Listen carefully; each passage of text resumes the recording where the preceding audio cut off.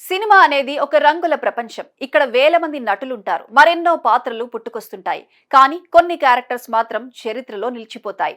ఆ పాత్రలో సదరు నటుణ్ణి తప్ప మరొకరిని ఊహించుకోవడం కూడా సాధ్యం కాదు. స్క్రీన్ మీద వారు కనిపిస్తుంటే మనకు ఆ నటుడు కనిపించడు. కేవలం ఆ పాత్ర మాత్రమే కనిపిస్తుంది.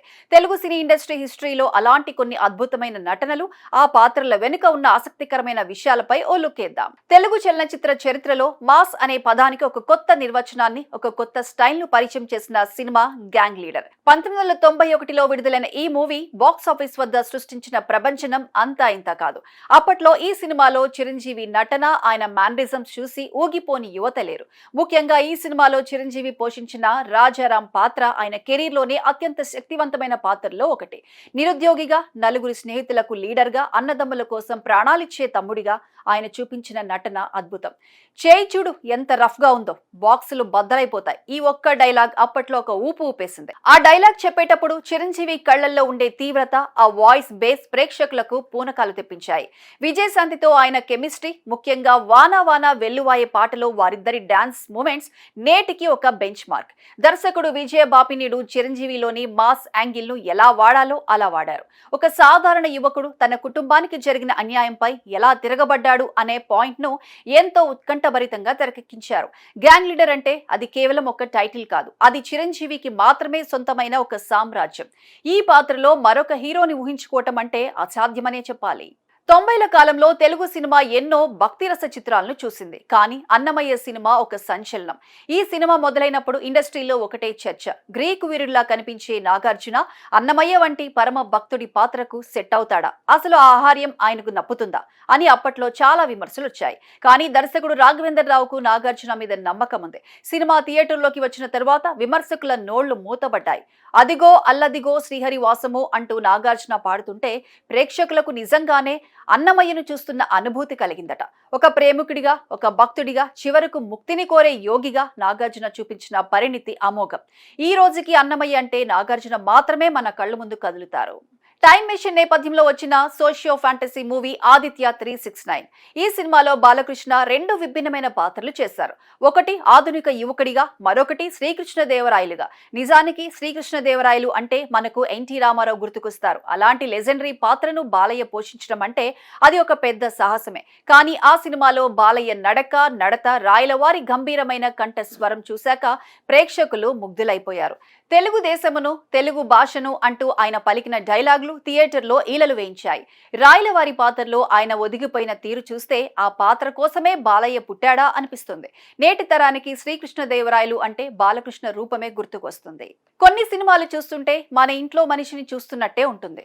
నువ్వు నాకు నచ్చా మూవీలో వెంకటేష్ నటన అలాంటిదే. ఈ సినిమాలో యాక్షన్ లేదు, భారీ డైలాగులు లేవు, కేవలం స్వచ్ఛమైన హాస్యం ఉంది. త్రివిక్రమ్ అందించిన చమత్కారమైన మాటలను వెంకీ తనదైన శైలిలో పలికించి ప్రేక్షకులను పొట్ట చెక్కలయ్యేలా నవ్వించారు.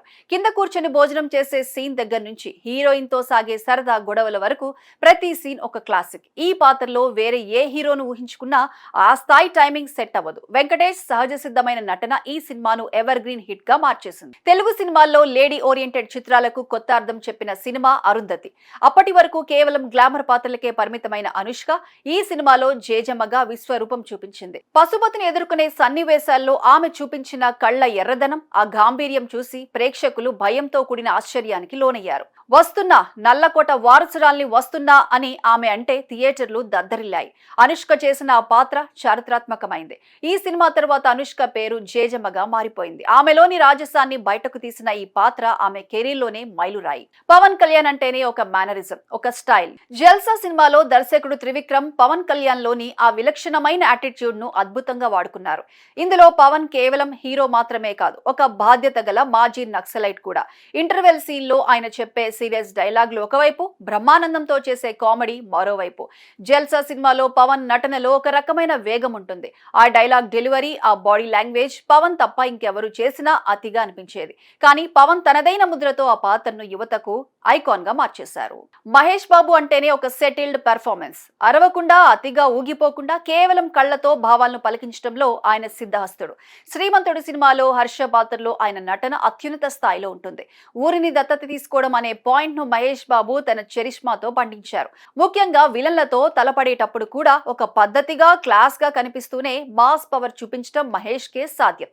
నేను నీకు బాగా కావాల్సిన వాడిని అంటూ ఆయన చెప్పే డైలాగ్ ఈ సినిమా కోర్ పాయింట్ ను బాగా ఎలివేట్ చేసింది. బాహుబలి ఒక సినిమా మాత్రమే కాదు, అది ఒక విజువల్ వండర్. 6 అడుగుల కట్అవుట్, రాజసం, కండలు తిరిగిన దేహం, ఇవన్నీ ఒకే మనిషిలో ఉండాలి అంటే అది ప్రభాస్ మాత్రమే. శివుడిగా కొండలు ఎక్కటం దగ్గర నుంచి అమరేంద్ర బాహుబలిగా సామ్రాజ్యాన్ని ఏలడం వరకు ప్రభాస్ ప్రతి ఫ్రేమ్ లో అద్భుతంగా కనిపించారు. తల్లి కోసం తప్పించే కొడుకుగా, భార్య కోసం రాజ్యాన్ని వదులుకునే భర్తగా, ప్రజల కోసం ప్రాణాలిచ్చే రాజుగా ప్రభాస్ నటన అమోఘం. బాహుబలి పాత్రను ప్రభాస్ తప్ప మరొకరు చేసి ఉంటే ఆ సినిమాకు అంతర్జాతీయ స్థాయిలో గుర్తింపు వచ్చేది కాదేమో అనిపిస్తుంది. రామ్ చరణ్ నటనలో ఒక కొత్త కోణాన్ని ఆవిష్కరించిన సినిమా రంగస్థలం. వినికిడి లోపమున్న చిట్టిబాబు పాత్రలో చరణ్ అద్భుతంగా నటించారు. ఎప్పుడు సూటు బూటు వేసుకునే మెగా పవర్ స్టార్ ఒక పల్లెటూరి కుర్రాడిలా మురికి బట్టలతో గడ్డంతో కనిపించి అందరినీ ఆశ్చర్యపరిచారు. చెవి వినిపించకపోయినా ఆ లోపాన్ని తలుచుకొని బాధపడకుండా సరదాగా జీవించే పాత్ర అది. కానీ అదే మనిషి తన అన్న జోలికి వస్తే రౌద్రం చూపిస్తాడు. క్లైమాక్స్ సీన్ లో చరణ్ పలికించిన హావభావాలు చూస్తే ఆయన ఒక గొప్ప నటుడిగా ఎదిగిన తీరు అర్థమవుతుంది. చరణ్ కెరీర్ లోనే రంగస్థలం ఒక కలికితురాయి. రాయలసీమ ఫ్యాక్షనిజం నేపథ్యంలో ఎన్నో సినిమాలు వచ్చాయి. కానీ ఎన్టీఆర్ నటించిన అరవింద సమేత భిన్నమైనది. కత్తి పట్టి నరకటం కాదు, కత్తిని దించి శాంతిని నెలకొల్పటం గొప్పతనం అని చెప్పే పాత్ర అది.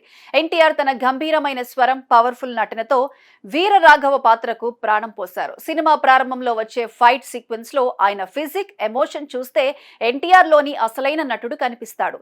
తారక్ లాంటి పవర్ హౌస్ పెర్ఫార్మెన్స్ తప్ప ఆ ఎమోషన్స్ ను అంత తీవ్రంగా మరెవరూ పండించలేరేమో. రాయలసీమ యాసలో ఆయన పలికిన సంభాషణలు ప్రేక్షకులను కట్టిపడేశాయి.